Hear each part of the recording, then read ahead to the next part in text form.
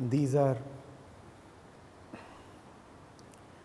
words from Khalil Gibran.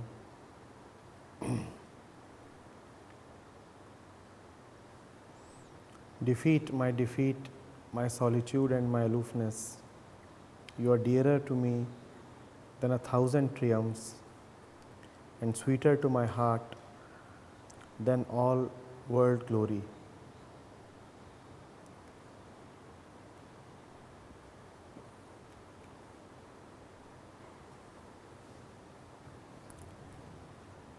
The question is, how can defeat be sweet? How can there be joy in being shunned and scorned?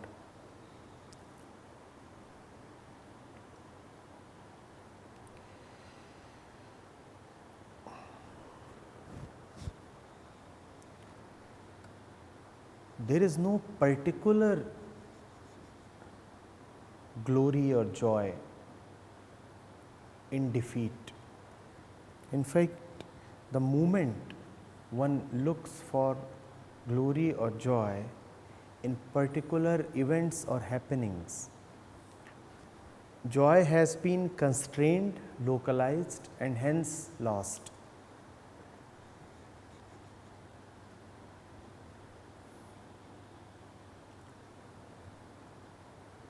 The poet here is talking of defeat because man has taken defeat as abhorrent. Victory is likable, defeat is to be avoided and shunned. Victory is likable because man associates joy with victory, and the loss of joy with defeat. Whenever joy is thus made conditional, it is certain that there is no joy in defeat and there is also no joy in victory. And when joy there is, joy remains equally in victory and in defeat. The problem that our mind faces with statements like the one I just made is that these statements do not subscribe to any particular definition of joy.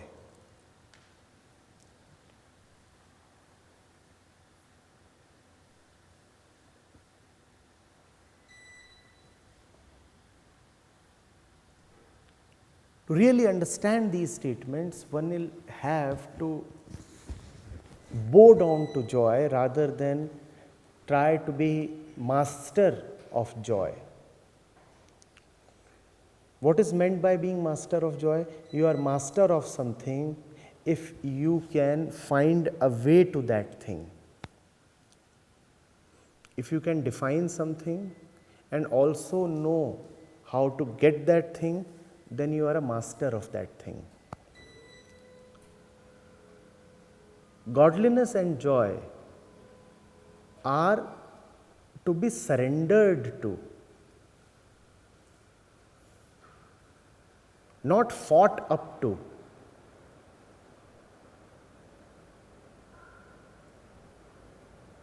Your victories will not bring you joy. If your victories are bringing you joy, then it is a very shallow and tiny joy.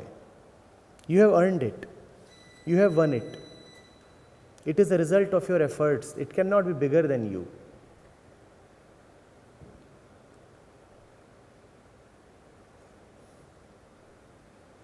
Man lives in duality. Man finds it comfortable to think that there are things and there are opposites of things.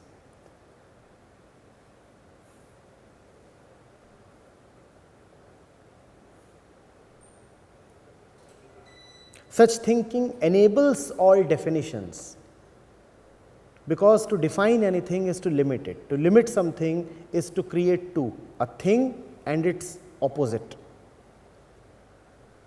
That is what all definition does. Define, to make something finite. Define, to make something finite. Obviously, the infinite escapes all definition.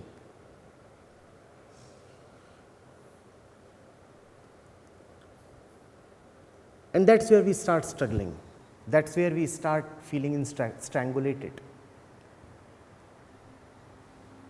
Are you getting it?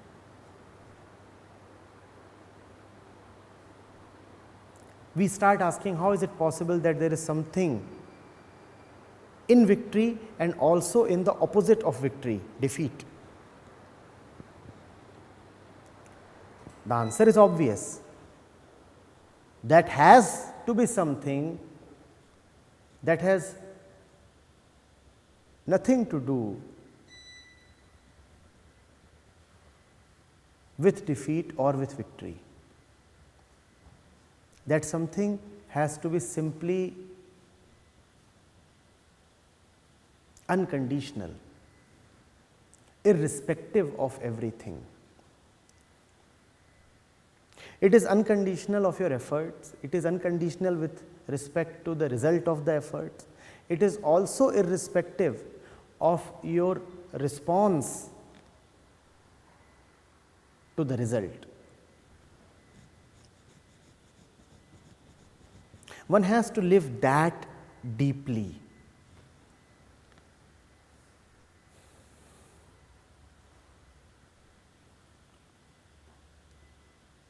One tried, yes, there is something deeper than that. One lost, there is something deeper than that. One felt bad, still there is something deeper than that.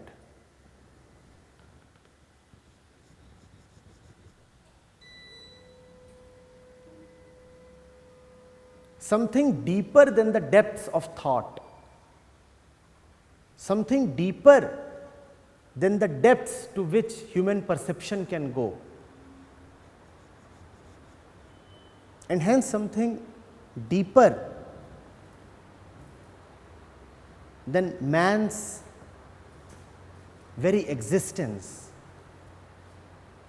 very reach, very penetration.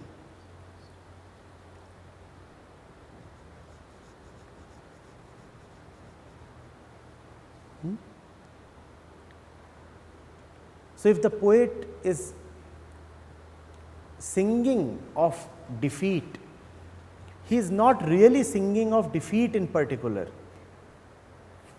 He is singing of the joy that remains untouched by defeat. Hence, he is celebrating defeat. He is saying, to most people, defeat is such a nightmare. But look at me. I have that which defeats even defeats.